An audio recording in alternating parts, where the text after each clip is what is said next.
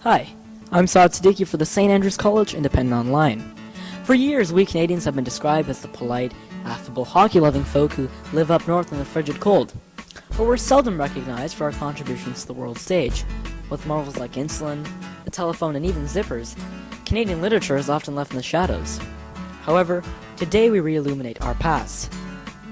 There are only a few pieces out there which depict the Canadian scene, as well as Mr. Roch Carrier's The Hockey Sweater, the story of Mr. Carrier's own life while growing up in a small Quebec village in the early 1940s.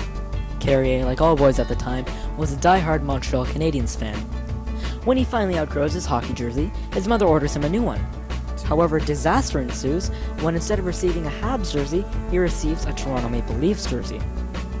Mr. Carrier, without a doubt, has made significant contributions to our nation, and consequently was awarded the Order of Canada in 1991. Mr. Carrier was visiting St. Andrews this past Monday, and I had a chance to catch up with him and hear his thoughts on Canadian literature. People have often described your novel, The Hockey Sweater, as a summary of Canadian culture as a whole. And if that's the case, do you think you've done an effective job of portraying Canada to the rest of the world? I don't know. I never tried to portray Canada to anybody. I'm just a storyteller, and I'm interested by the experience that people have, and everybody has personal experience, and everybody has limited experience about something, but that's what life is made of. And I'm just a storyteller. I have no system. I'm not trying to save the planet or save the world.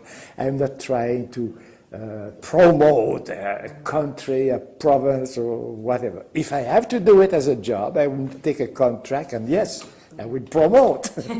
But as a writer, I'm just a free guy. I'm telling stories, sometimes telling lies, and it's part of being a writer.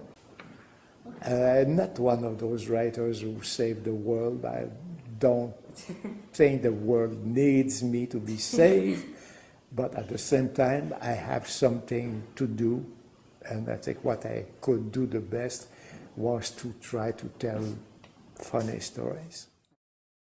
So we've all read it, like you saw the audience today. Your novel is a very simple story. It's a very simple story about being a boy.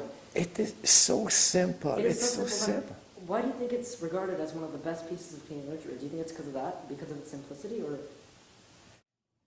I don't know. You know, I could spend the rest of my life asking questions about how did it happen that that story became popular. It's a gift that I receive.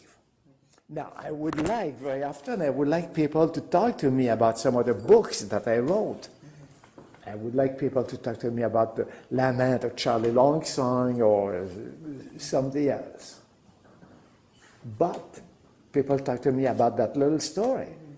And it's a gift. It's an immense gift, immense privilege, because there is no recipe to write that type of story. You cannot plan that.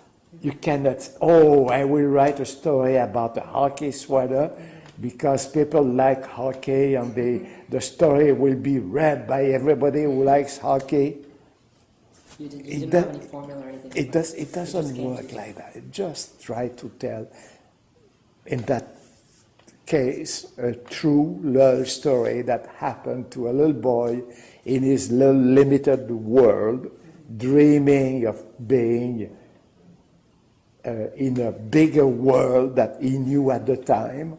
And hockey was the vehicle to be bigger than I was. I wanted to be Superman. It didn't work. I wanted to be Brick Bradford. It didn't work. But hockey player, yes, I could play hockey on the ice. So I was bigger than I was. I was training bigger than I was. So I wrote about that. All right, so we're going to continue our talks with Mr. Roch here right after this.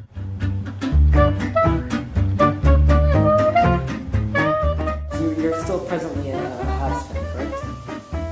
As of the moment? Sometimes it's difficult. Sometimes they say sometimes love is difficult. Yes, it's difficult, but next year.